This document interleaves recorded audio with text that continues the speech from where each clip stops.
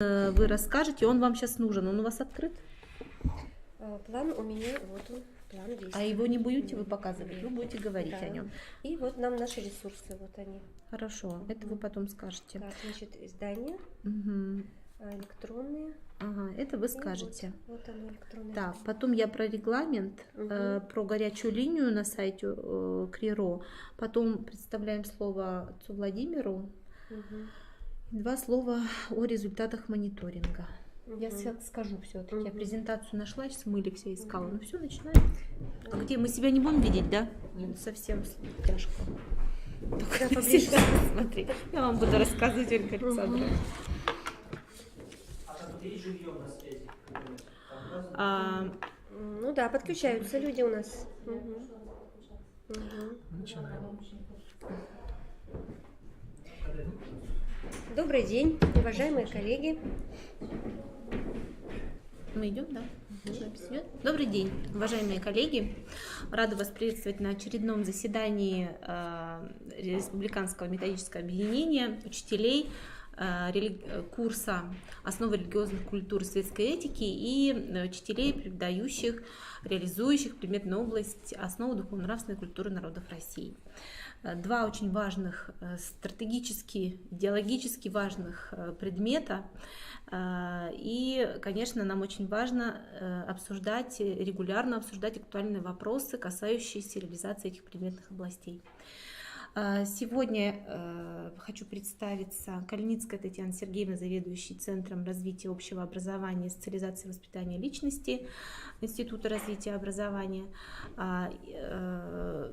Имею возможность доложить о некоторых повестке, да, о некоторых вопросах, касаемых этих двух предметных областей. И хочу также представить немножечко, да, попозже вступит в диалог иерей отец Владимир Ичоткин, да, он является членом координационного совета при Министерстве образования, науки и молодежной политики Республики Коми по ведению этих двух предметных областей. И, конечно, Ванна Станна Попова, методист Центра развития общего образования, непосредственно в настоящее время исполняет обязанности руководителя Республиканского методического объединения.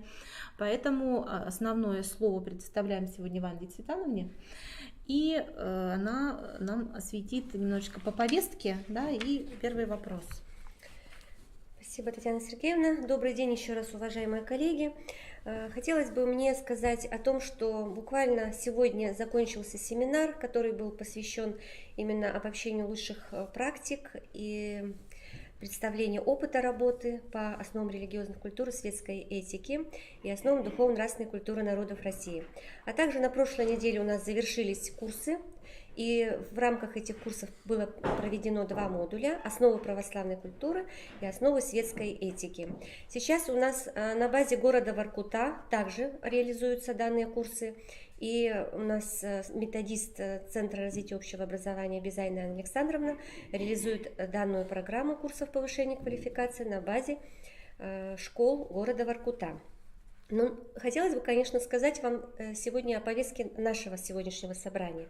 Ну, во-первых, мы должны выполнить план действий по оптимизации деятельности учителей РМО и по сопровождению комплексных курсов.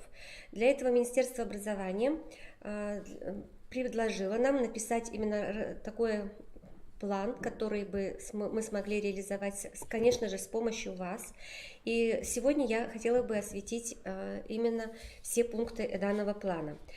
Также на повестке дня у нас сегодня регламент выбора модуля «Основ религиозных культур и светской этики». Несколько слов сегодня Татьяна Сергеевна скажет о результатах мониторинга, который был проведен у нас в Республике Коми.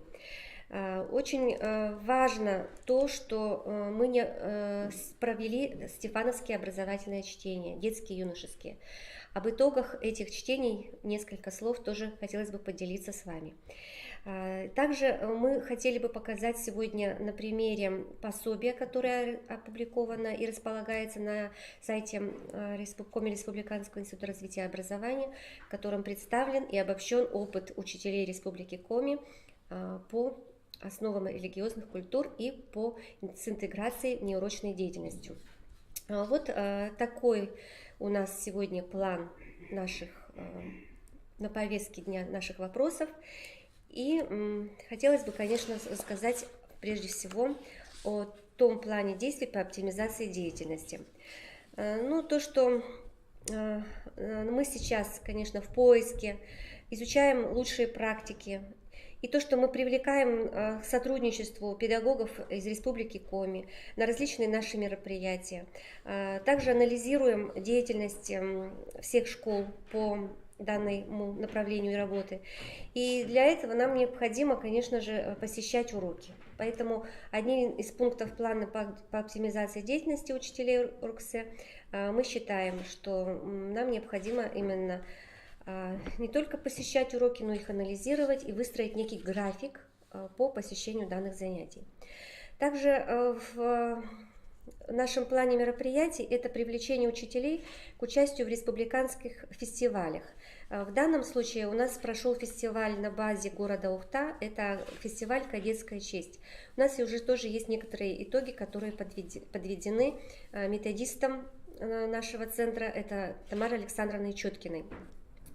То, что у нас на сегодняшний день мы привлекаем к участию в конкурсах, наверное, вы уже знаете о конкурсе «За нравственный подвиг учителя», и буквально осталось несколько дней до завершения принятия документов конкурсных материалов.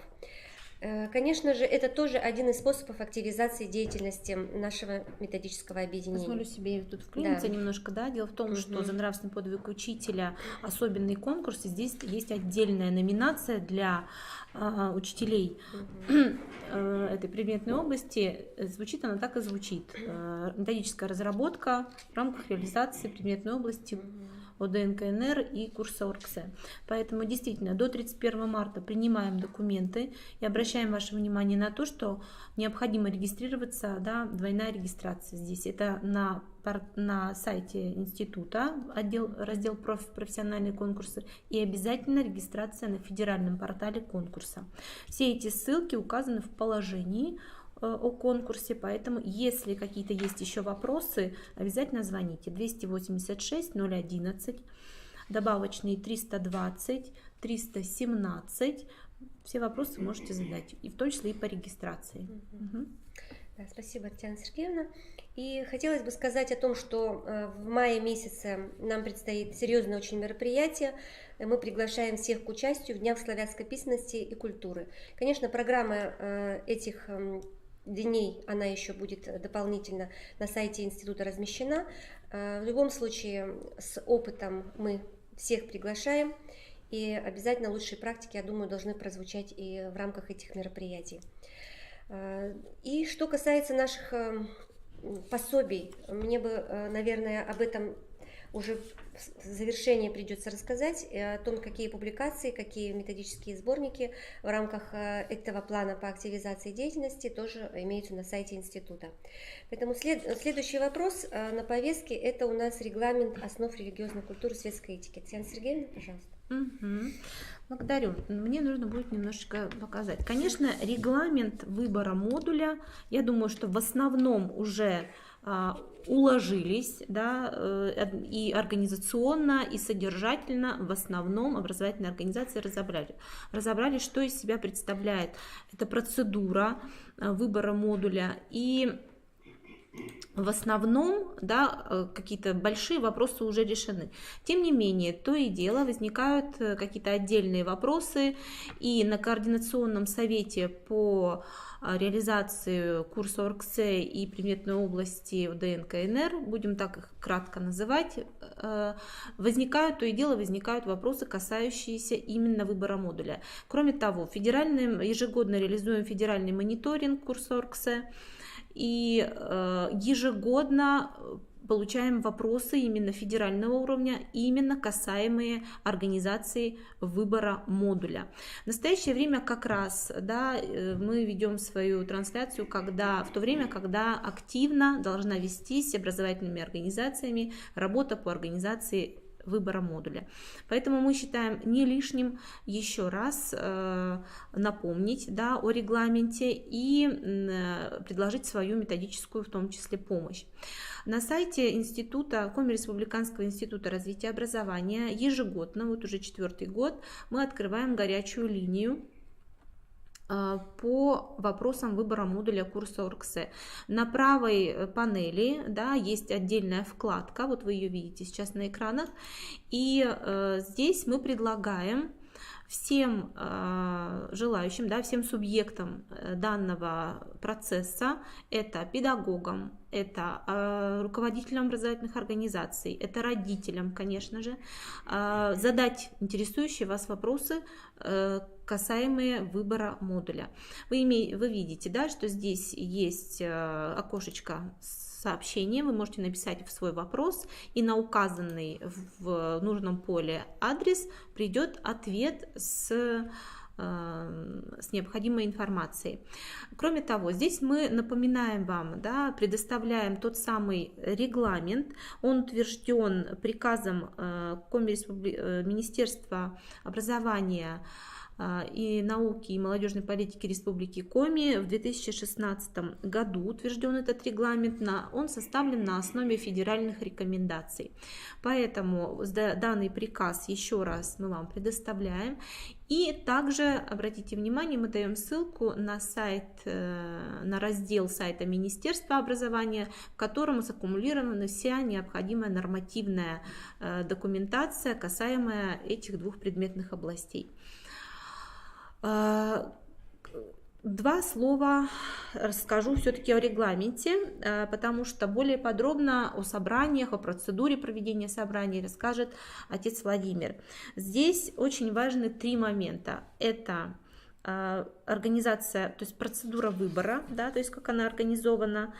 Это предварительный этап информирования, он обязательно должен быть всеми доступными средствами. Родители должны быть проинформированы о курсе в целом и о каждом модуле. Будет ли эта информация на сайте, информация на родительских собраниях, информация в буклетах, каких-то раздаточных материалах, информация на стендах, раздаточный какой-то материал, да? Все на выбор образовательной организации. Но предварительный этап – это февраль, может быть, да, март. Это информирование родителей о содержании каждого модуля и о назначении курса в целом. До сих пор мы имеем, в общем-то, такое отношение к данному курсу, как нечто непонятному, да, зачем он нужен, что там будет, да, и некое такое, может быть, даже отношение из-за именно незнания того, что это за курс. А я повторю, что он идеологически важен. Это предварительное информирование. Второе – это, собственно, проведение родительских собраний. Родительские собрания проводятся в 2 этапа. Это общие родительские собрания и далее родительские собрания по классам, да? И уже, собственно, написание заявления. И 3-й заключительный этап – это направление информации в управление образования, аккумулирование ее. Почему это важно? Дело в том, что курс, вы знаете, сложный в том плане, что модули должны быть обеспечены, во-первых, кадрами, во-вторых, учебно-методической литературой. Чем раньше управление образования получит достоверные сведения о выборе модуля, тем раньше они смогут обучить своих педагогов и задаться вопросом об обеспечении учебниками, да, соответствующего модуля. А учебники – это такой достаточно обсуждаемый вопрос, поэтому заключительный этап должен быть также организован достаточно четко. И мы понимаем, что регламентом допускается, помним, да, что пересмотр выбора модуля родителями, такая процедура тоже возможна, она предусмотрена. Ну, как правило, показывает практика, что эти случаи единичны, да, и пересмотр выбора модуля, ну, действительно, это не массовое явление. Вот все, что касается вопроса по регламенту выбора модуля, мы готовы принимать вопросы и отвечать на них. Да? А далее, наверное, мы предоставим слово, да, отцу Владимиру уже, собственно, по методике проведения собрания. Напоминаем о том, что регламентом, тем же самым регламентом, который в приказом утвержден Министерство образования, указано, что данные собрания посещают изъявившие желание представители религиозных организаций. И наша епархия Сыктывкарская и Воркутинская епархия достаточно активны в этом плане, да, и активно посещают родительские собрания. У них есть некоторая, да, информация по поводу этого процесса.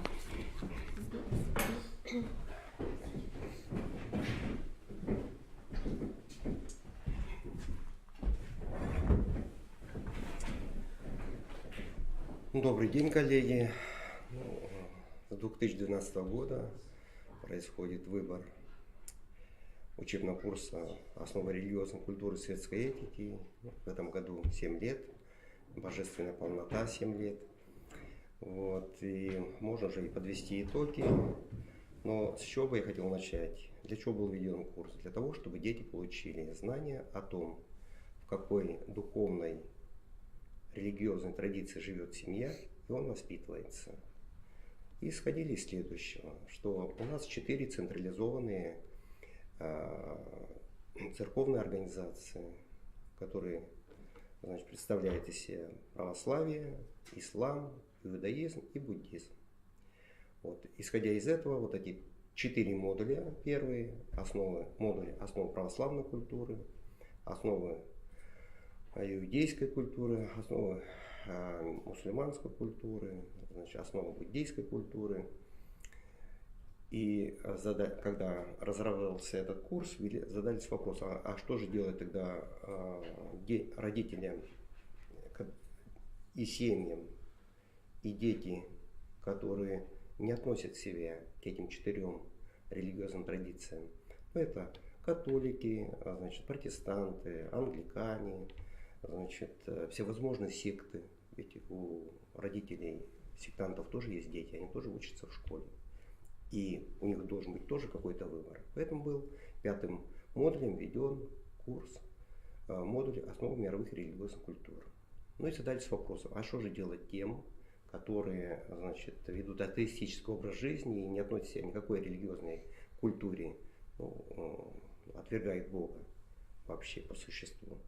Вот для этой категории родителей и их детей был введен курс модуль светской этики. Вот их 6. Вот.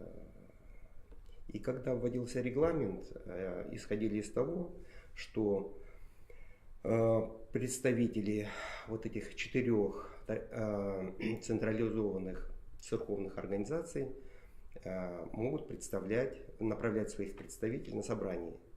Другие религиозные организации уже не направляют. Ни католики, ни протестанты, ни лютеране. Только 4 централизованные религиозные организации. Русская православная церковь, мусульманская, значит, централизованная организация, иудейская и буддийская. Как мы действуем? Ну, прошло 6 лет, вот сейчас собрание проходит в школах 7-й раз, и в соответствии с регламентом собрание проводится 2 месяца, март, апрель. Вот март завершается, я в основном, у меня сведения по Сыктывкару на сегодняшний день.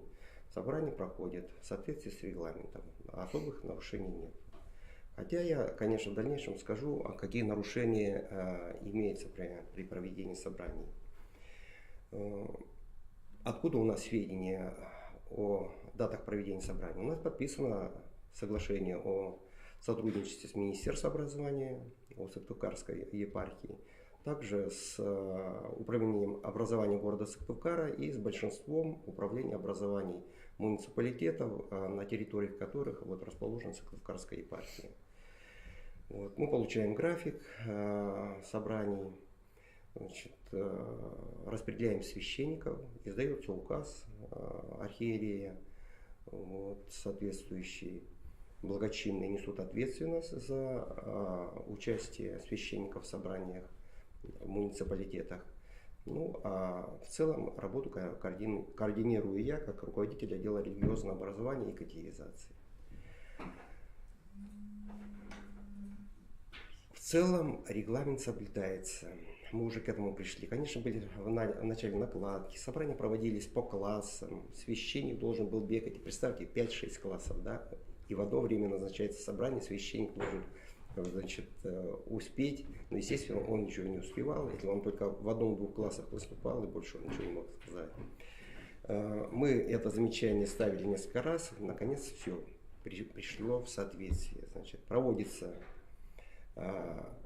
общее собрание родителей третьих классов, затем в соответствии с регламентом родители идут в классы, им дают заявление, и они, значит, осуществляют выбор. Вот. Теперь я хотел бы сказать, какие имеются нарушения. Ну, вот с прошлого года появилось новшество. Значит, в городе Ухте проводят общегородское собрание. Значит, ну, если ради информирования, пожалуйста, проводите. Но общее собрание школы для учащихся третьих классов должно проводиться. Оно прописано в регламенте. Оно обязательно, потому что мы, присутствуя на этих собраниях, можем контролировать, сколько родителей пришло на собрание. Потому что практика прежних лет была такова: 5 классов, объявления дают в 2 классах. Вот. На общее собрание приходят родители, ну вот из 150, да, если 5 классов, из 150, 50 человек. Вот. Это мы сразу видим о том, что родители других параллельных классов не были предупреждены о том, что будет проводиться, информированы о том, что будет проводиться общее собрание. Ну, вроде бы это все изжили мы, теперь мы этот вопрос контролируем, мы знаем, сколько классов в школе, сколько учащихся, ну, естественно, можем контролировать, сколько будет родителей. На общем собрании выступают представители школы, которые рассказывают о том, как будет преподаваться модули, эти 6 модулей, доводят информацию о содержании этих модулей, говорят о том, что какой у них в прошлом году выбор, и кто преподавал, и сколько у них преподавателей, значит, по тому или иному модулю. Но должен сказать, что выбор происходит между 2 модулями. В основном это основа православной культуры, светская этика, и небольшой рост наблюдается за модулем основы мировых религиозных культур. Но мы знаем, почему рост начался, потому что в школах появилась определенная конкуренция за часы, так как для того, чтобы зарплата учителя соответствовала средней по промышленности региона, необходимо, чтобы у учителя было энное количество часов. Поэтому вот, как бы началась и борьба за часы, которые можно читать по курсу основы религиозной культуры и светской этики. И учителя истории подключились, и они, значит, как бы решают свои проблемы за счет того, что вот растет курс, выбор по курсу основы религиозной культуры, основы мировых религиозных культур.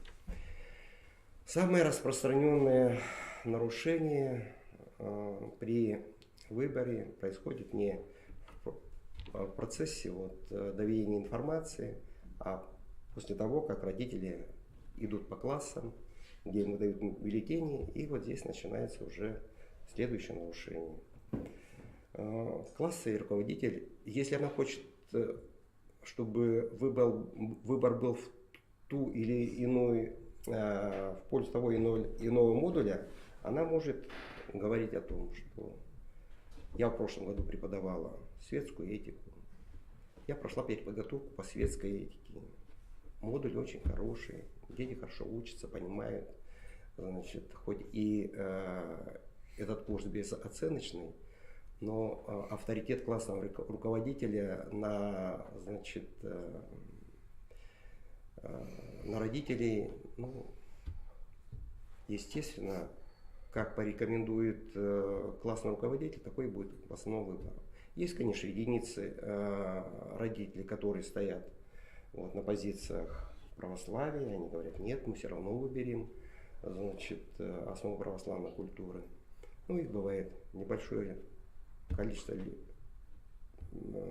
человек, вот. Ну, допустим, если их 5-6 человек, то есть возможность еще изменить в этот выбор, потому что перед началом учебного года в сентябре месяце родителям позволяется переписать свое заявление и уточнить. Ну, если есть рекомендация о том, что мы 6 человекам преподавать не будем, естественно, эти заявления переписываются в пользу другого модуля. Вот мы считаем, что это недопустимо, потому что родители всю информацию получают на общем собрании, как от администрации образовательной организации, так и от присутствующих на собрании религиозных представителей. Вот. Но в основном, я говорю еще раз, представлен только Сыктывкарская епархия. Другие конфессии, они не интересуются этим вопросом. И выбор у них по статистике прошлых лет это 1/100 по всем остальным централизованным организациям. Это иудаизм, значит, буддизм и ислам. Вот. Мы хотели бы, чтобы все-таки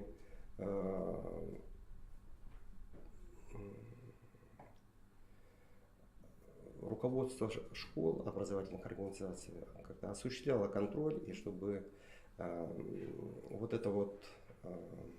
авторитет классного руководителя или другого преподавателя, который он ранее преподавал тот или иной модуль, не являлся основанием для того, чтобы родители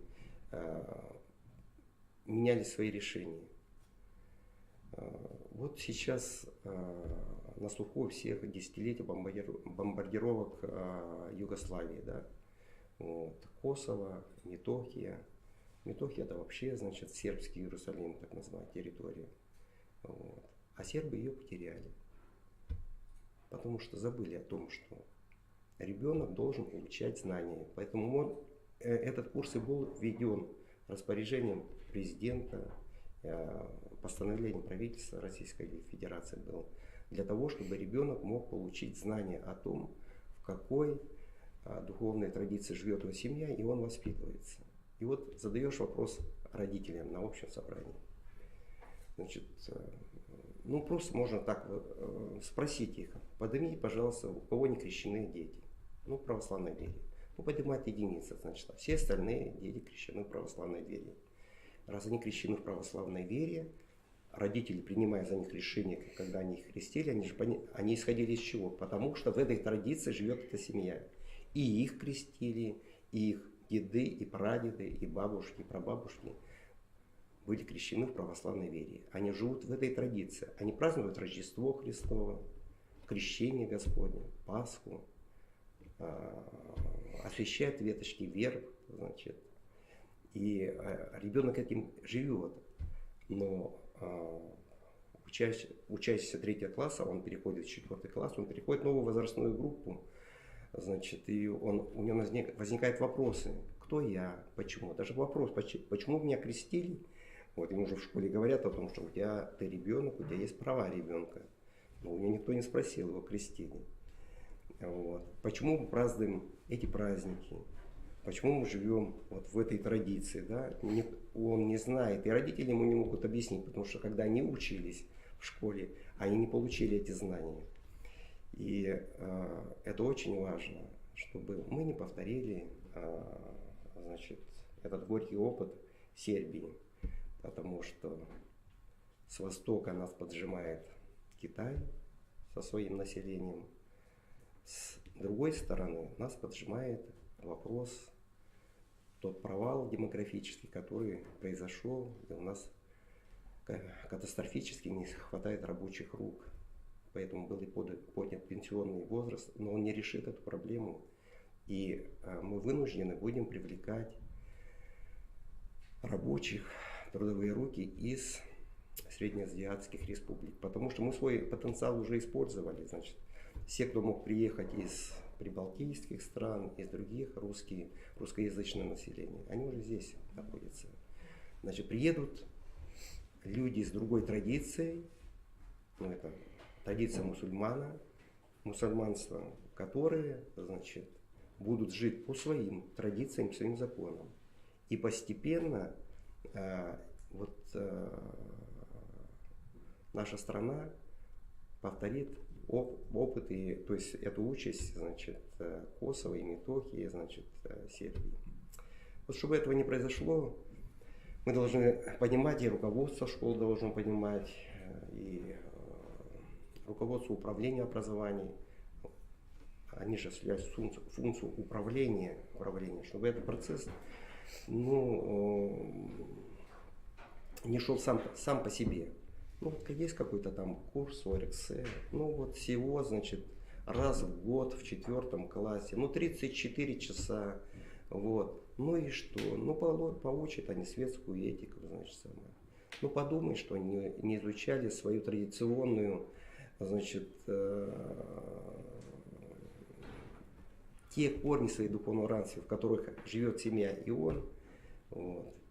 И ничего это не изменит. А это очень изменит, потому что вот как раз 4 класс, и те знания, которые ребенок может получить при изучении модуля основ православной культуры, потому что семья живет в этой традиции. Вот это как семя, посеянное в нем, оно потом прорастет и даст плод. И у нас ведь засилье сект, и он не станет адептом той или иной секты, потому что семя в него будет посеяно в школе. Спасибо за внимание. Я на этом заканчиваю. Спасибо, батюшка. Следующий вопрос у нас Татьяна Сергеевна Кальницкая. О результатах мониторинга по реализации комплексного учебного курса «Основы религиозной культуры, светской этики». Так, уважаемые коллеги, я прошу немного времени подготовиться. Открываю презентацию. В 2018 году проводился мониторинг. Вы знаете, да, что ежегодно мы этот мониторинг проводим. В прошлом году мониторинг происходил в 2 этапа. Дело в том, что мы подстраиваемся реализуем мониторинг в соответствии с федеральным мониторингом. Это не тот. С федеральным мониторингом, и он происходил в 2 этапа. Первый был в мае-июне 2018 года, и второй этап, более основной, да, скажем так, происходил в октябре, ноябре, и в декабре мы подводили итоги. Аналитическая справка, которую вы здесь видите, да, на экранах, размещена на сайте Института развития образования в разделе «Деятельность. Мониторинги». А сегодня, и вы видите, да, этот документ достаточно обширный, очень много вопросов, да, было достаточно разносторонние. Хотелось бы остановиться на некоторых лишь только итогах, да, не на всех. На некоторых итогах, видите, исследованы, да, задавались вопросы руководителям образовательных организаций, а также обучающимся 4-5 классах, также задействованы были родители и педагоги. Извините, вопрос? Где смотреть? Вы говорите, смотреть. Дело в том, что мы проводим вебинар, да, поэтому те, кто смотрит вебинар, они видят это на своих экранах. Можно будет также зайти, зарегистрироваться и эту информацию увидеть. Были проведены анкеты-опросники для руководителей, как я уже сказала, для классных руководителей, для обучающихся, для учителей. Итак, какие основные общие сведения мы получили. Опрошено было большое количество участников. Это более 20 тысяч человек опрошены, в том числе 320 руководителей, преподавателей и так далее, обучающихся 4-5 классов. Общее количество школ, которые приняли в мониторинге, 320, из них 10 государственных образовательных организаций. Конечно же, нас интересовали вопросы, и в первую очередь мы анализировали анкеты, которые заполняли директора школ. В этом году, наверное, впервые мониторинг был организован напрямую с руководителями образовательных организаций, скажем так, минуя управление образования.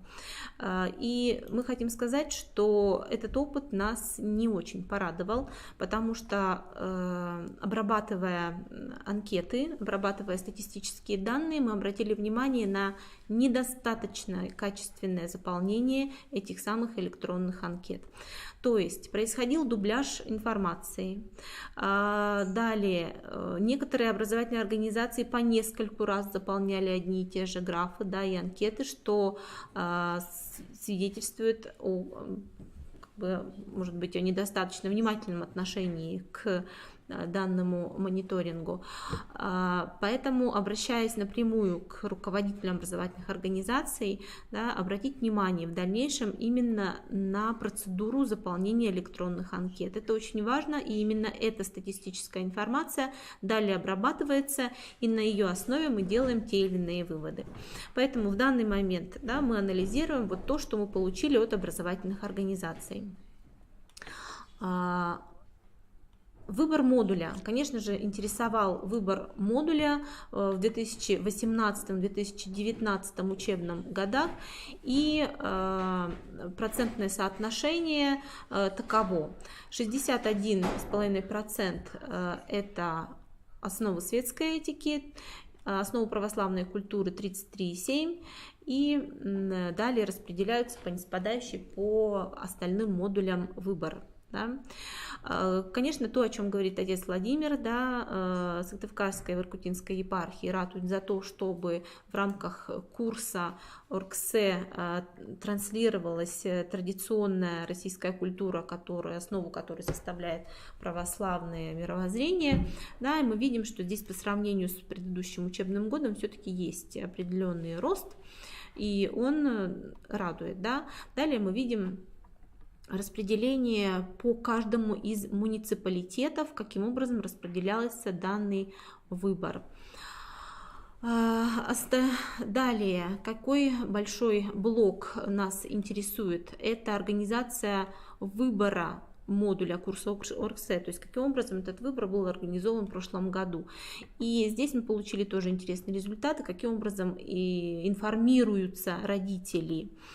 Значит, от учителей начальных классов 75% получают информацию, от других учителей, преподавателей модуля курса ОРГСЭ 78%, от администрации школы, и самый низкий процент на сайте управления образования, и от представителей конфессий 22%. А по половине процента, значит, памятки для родителей совершенно не используются, информационные листы и сайты управления образования муниципальных образований, то есть не задействованы в информировании. Далее, опять же, идем по регламенту выбора модуля. Какое количество модулей были предложены на родительском собрании? Мы напоминаем, что в соответствии с регламентом должно быть предложено 6 модулей родителям. Так вот, 6 модулей предложено было, по мнению родителей, только в 85%. То есть здесь имеется некоторое нарушение регламента. Напоминаю, что мы должны с вами представить все 6 модулей, предложить на выбор. Далее здесь следуют такие данные, как количество обучающихся, перешедших с одного модуля на другой. Я уже говорила, что эта цифра невелика. Мы исследовали причины перехода с одного модуля на другой, почему так происходит. И конечно, очень важный вопрос, который нас интересовал, это обеспеченность курса ОРКСЭ учебниками и учебными пособиями. В целом по республике не испытывают проблем с учебниками 75% школ. Испытывают проблемы с учебниками, соответственно, 25%. Из них 22 решают проблему с приобретением учебников.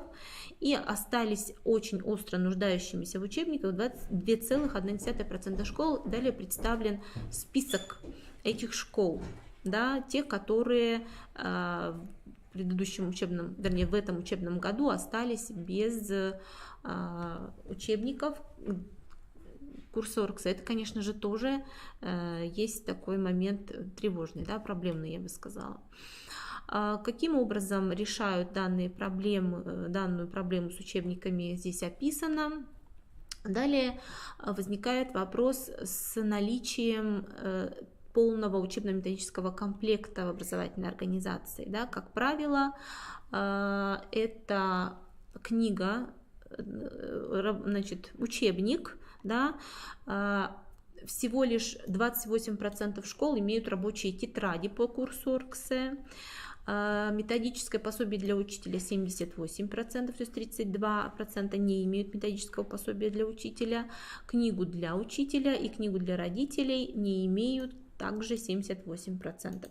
Напоминаем о том, что особенность курса состоит также в том, что она имеет тесную связь с родителями, да, и много в содержании предмета этого отводится на взаимодействие родителя и ученика и педагога, да, то есть это особенно подготовка итогового проекта, это отдельный труд, да, который, конечно же, привлекает, да, должны быть родители в том числе. Ну, поэтому приветствуется иметь такие комплекты УМК, которые предназначены для родителей. Далее представлена таблица по затруднениям по дефициту, да, учебно-методических комплектов. И далее, конечно, нас интересует разрез УМК по издательствам, то есть какое количество более представлено. И эту информацию ежегодно федеральный центр запрашивает, потому что они очень тесно работают с федеральными издательствами. И также мы знаем, да, что качество учебников, оно у разных издателей немножко разнится, да, то есть по содержанию немножко разнятся. Поэтому здесь вот вы видите, какой разрез по наличию в образовательных организациях от различных издательств. Конечно, необходимо использовать в учебном процессе и словари, справочники, да, мы знаем, что здесь встречаются специфические термины, которые не всегда даже учитель может сам объяснить, да, вот так вот сходу, поэтому книги, учебно-наглядные пособия и интернет. 100% школ используют в реализации этого курса ресурсы интернета. Далее, задавали мы вопрос о количестве приобретенных учебников по курсу ОРКСЭ, и вы видите, да, основные учебники, которые в федеральном перечне присутствуют. Значит, в целом 650, да, один учебник из перечня, которые вот мы здесь видим, представляют, есть в наличии, да, в образовательных организациях. Мы видим здесь вот разрез. Далее нас интересуют так называемые новые учебники, которые недавно вошли в перечень, и как дела обстоят с этими новыми учебниками, насколько они приобретены. Вот мы видим, что, значит, лидирует здесь учебник «Основы духовно-нравственной культуры народов России», «Основы светской этики», 4 класс, Студеникин, «Русское слово», издательство.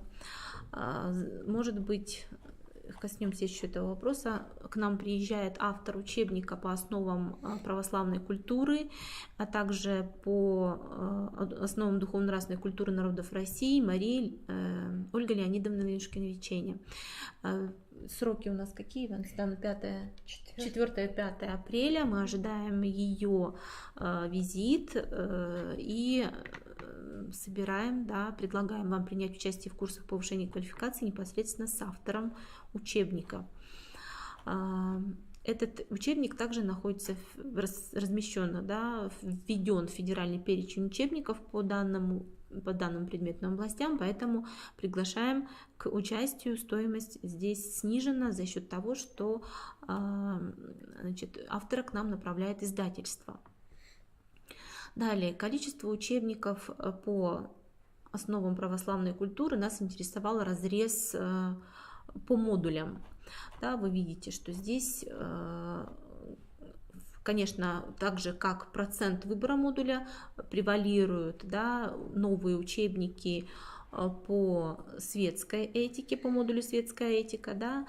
Кроме того, мы информируем, может быть, напоминаем, может быть, с благодарностью об этом говорим, о том, что Сыктывкарская епархия ежегодно участвует в помощи образовательным организациям в приобретении учебников.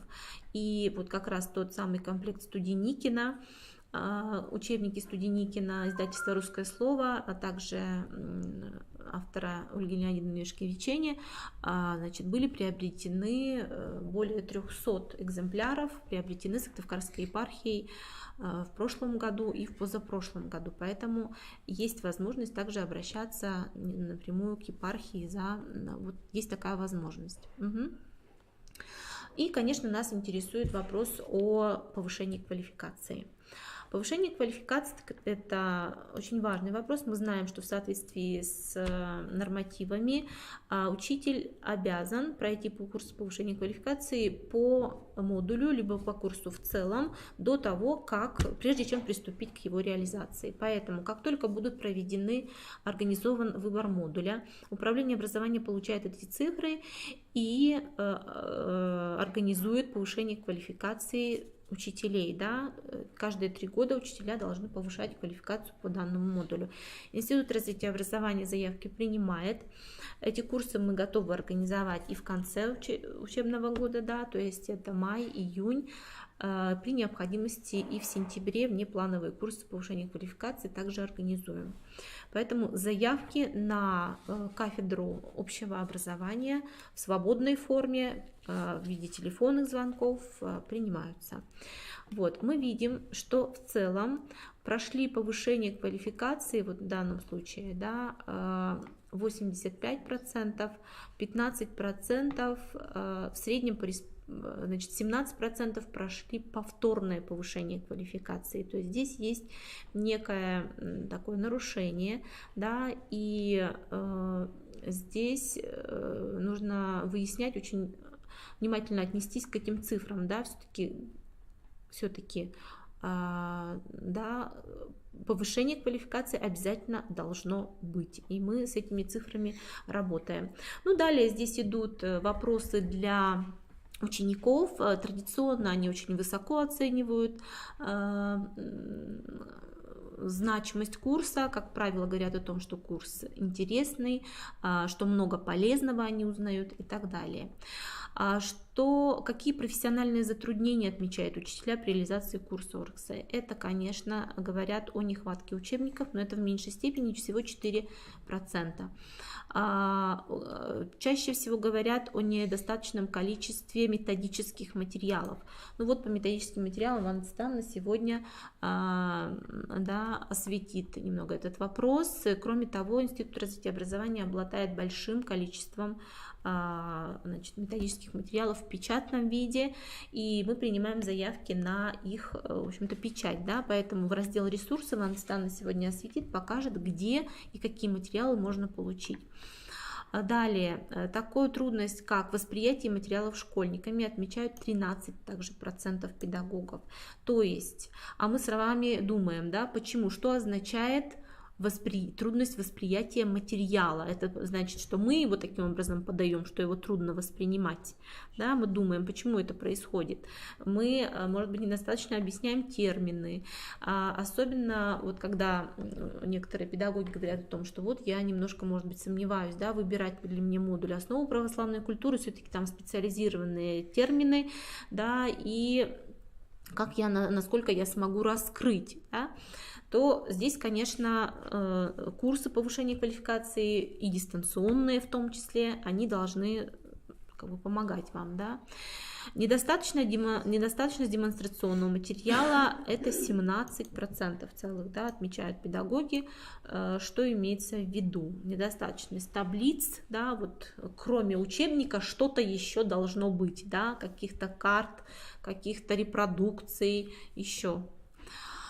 Технические средства, да, на них будем говорить, что качество интернет-ресурса и вообще качество интернета в каждой школе абсолютно своеобразное, да, то есть здесь и без доступа, да, к качественному интернету, быстрому интернету, здесь, в общем-то, нужно думать, да, каким образом восполнять этот пробел. Ну, также существует такая проблема, как недостаточность теоретической подготовки, необходимость использования устаревших учебников. Вообще по учебникам хотим сказать, что вообще в целом учебников почти в 2 раза больше, чем, в 1,5 раза точно, чем обучающихся по данному курсу. Но вопрос учебниками всегда стоит, потому что есть так называемые учебники еще предыдущих периодов 2009 года, которые были закуплены массово, и в данный момент они лежат и числятся на балансе школ, да, образовательных организаций, но фактически не используются. Такой момент тоже есть. Но тем не менее, да, постепенное обновление фонда литературы учебной идет. Далее здесь представлены причины профессиональных затруднений, да, и участие в работе методического объединения учителей РКСМ. Почему Ванда Тистановна в начале нашего заседания озвучила тот самый план популяризации, да, план активизации работы Республиканского методического объединения?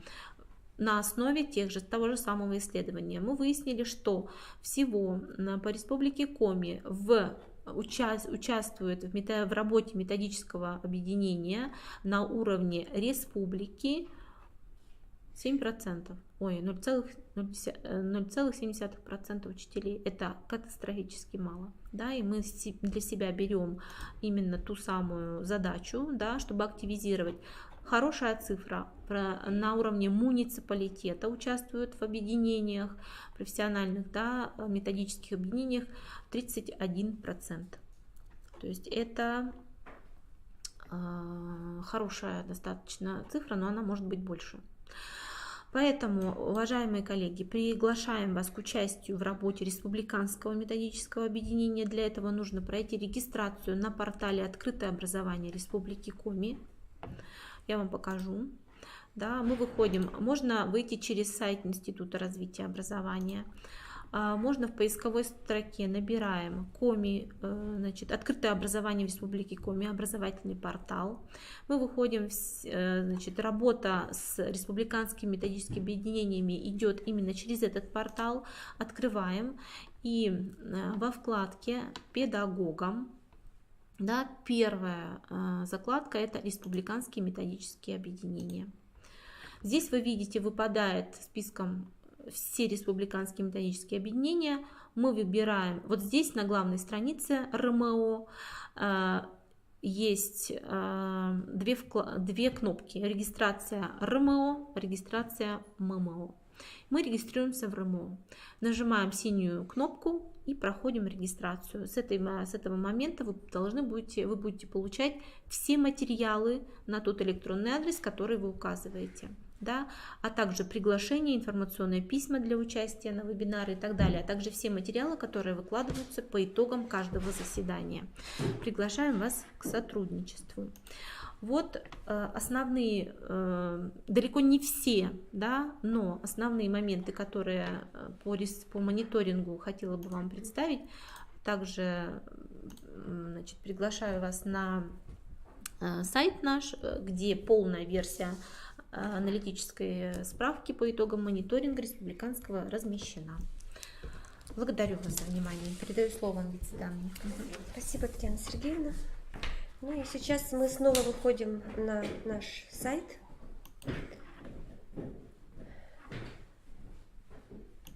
И хочу показать вам путь, каким образом нам посмотреть именно то методическое пособие, которое сейчас опубликовано и является опытом многих педагогов Республики Коми, участники курсов повышения квалификации в основном это. Значит, вы видите на баннере самый вот такой вот на переднем плане это ресурсы, закладочку такую. Дальше выходят вам информационные ресурсы и с левой стороны издание института. Нажимаем на издание института, получаем несколько вкладок. Печатные издания. Среди печатных изданий есть очень много сборников, которые продаются у нас в редакционно-издательском отделе в институте. Это те печатные издания, которые тоже в течение нескольких лет были изданы, и на бумажных носителях вы можете их приобрести. Что касается электронных ресурсов, это вот я зашла на электронные ресурсы, и самый такой вот первый сборник, который сейчас там, а он, можно сказать, последний, поэтому он сейчас стал первым, так и называется «Навстречу добру и любви. Методический сборник занятий с обучающимися начальной школы по курсу «Основы религиозных культур и светской этики». Здесь выходит вклад, такой вот, можно нажать, и мы выходим на сам сборник. Значит, на кнопочку нажали, и нам вышел этот сборник «Навстречу добру и любви». Хочу сказать, что эпиграфом к этому сборнику стали такие слова. Родина ведь не только место рождения, это еще и внутренняя энергия и душевное состояние. Это, в конце концов, судьба человека. Родину мы не выбираем и любим ее, потому что зовется она Отечеством и Матерью. Поэтому для каждого человека это святые понятия. И данный сборник, он структурировался в соответствии с теми базовыми национальными ценностями, которые называются Отечество, семья и отечественная культурная традиция. И в этом сборнике, он является не только сборником публикаций учителей, но это еще и методический сборник. В нем выстроена некая методология содержания данного курса, тех целевых ориентиров, тех результатов деятельности. И федеральный государственный образовательный стандарт нам указывает на именно достижение тех результатов, которые здесь обозначены. Мы говорим о достижении личностных, метапредметных и предметных результатах. Также у нас есть целый блок, это занятия по внеурочной деятельности. И вот когда я открываю содержание, перед нами прямо есть конспекты, которые так и называются «Россия – наша Родина». Это те темы, которые непосредственно есть в каждом модуле нашего курса.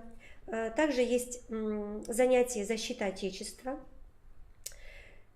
И также мы здесь говорим о занятиях по теме «Семья». Семья – это род, прежде всего, да, на что мы обращаем внимание, и конспект занятия «Сердце матери».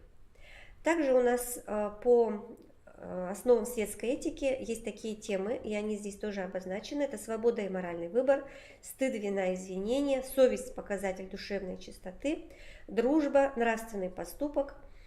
И по православной культуре это православное учение о человеке, взгляд на мир светский, религиозный, милосердие и сострадание, моральный долг, икона, не совсем обычный урок и совесть. То есть мы не стали структурировать именно по тем аспектам, как урок по православной культуре. Понятное дело, что многие занятия, они перекликаются, и они интегрируются, и они взаимосвязаны по логике содержательной идеи. Поэтому многие занятия, они именно в процессе курса разработаны, в процессе именно нашей с вами совместной творческой деятельности на курсах повышения квалификации.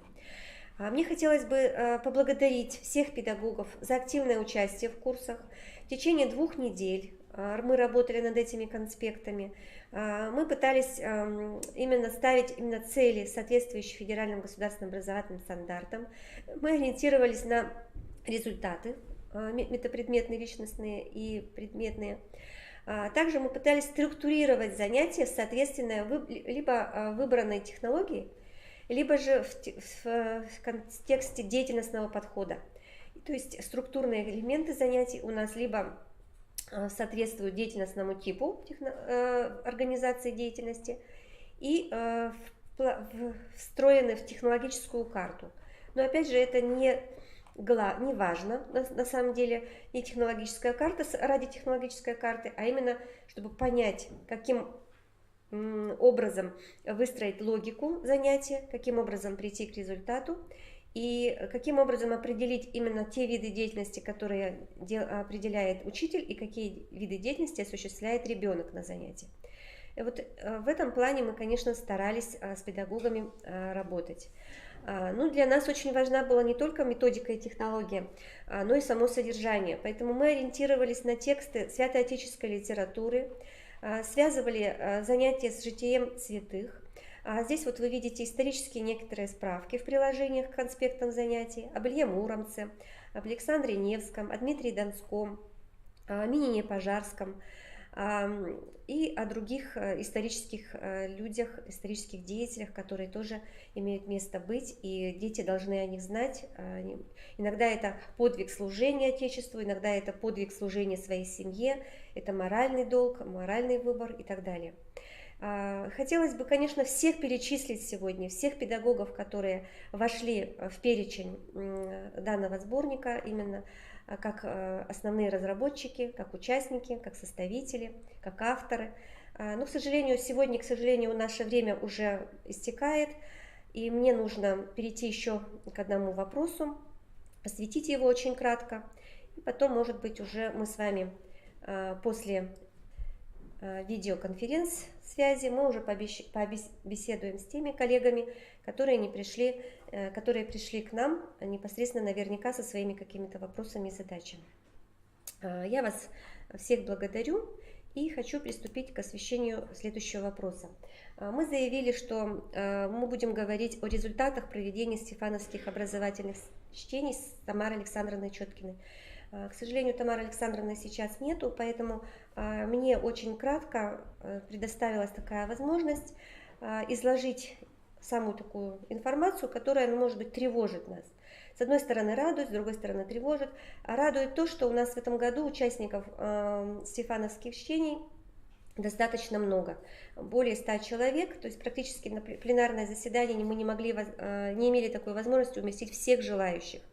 После того, как наши уважаемые участники, а это были и ребята, и родители, и педагоги, те, кто сопровождали детей, на самом деле было очень трудно разместиться в наших небольших аудиториях. С одной стороны, конечно, радует, что такое огромное желание выступать, а с другой стороны, конечно, вот есть определенное неудобство. Еще один такой очень важный момент, мне бы хотелось сказать конкретно о своей секции. Моя секция была посвящена проектам, разработанным в рамках курса «Основ религиозной культуры и светской этики». Мы знаем, что итоговым проектом это является именно сообщение ребенка, которое он готовил на протяжении, может быть, четверти, а может быть даже и полугодия над какой-то темой исследовательской работы. Он работал вместе с учителем, с родителями. И регламент стефановских чтений, конечно, это 7 минут. Но 7 минут мы предполагаем, конечно, что это, наверное, все-таки мы задали много времени, потому что не ограничились многие ребята 7 минутами. То есть это было очень достаточно сложно выслушать ученикам начальных классов друг друга. Тем более, что не все говорили своими словами, многие старались читать. И поэтому в следующем году мы, наверное, уже более жесткие условия поставим, чтобы это был некий регламент, может быть, 4 минуты, сократим до минимума и, конечно же, предложим педагогам поработать над тем, чтобы дети говорили, а не читали свои доклады. И очень важным моментом это был такой момент, когда мы видели, что некоторые дети самостоятельно разрабатывали свои проекты, а в некоторые ребенок буквально включался и иногда даже не мог прочитать то, что там написано, вот именно так, как хотелось бы, чтобы это звучало на конференции республиканского уровня. Это наши пожелания. Конечно же, в адрес нас, возможно, среди родителей, среди педагогов тоже очень много различных пожеланий. Мы готовы их выслушать. Мы всегда воспринимаем критику как возможность для того, чтобы нам эти ошибки в дальнейшем, может быть, не совершать как организаторам.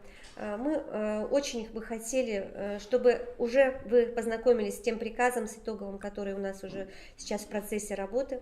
Но, к сожалению, его сейчас вот у меня нет, Тамара Александровна не подошла. Я думаю, что в ближайшее время этот приказ выйдет и на сайте института и Министерства образования этот приказ вы сможете изучить, прочитать.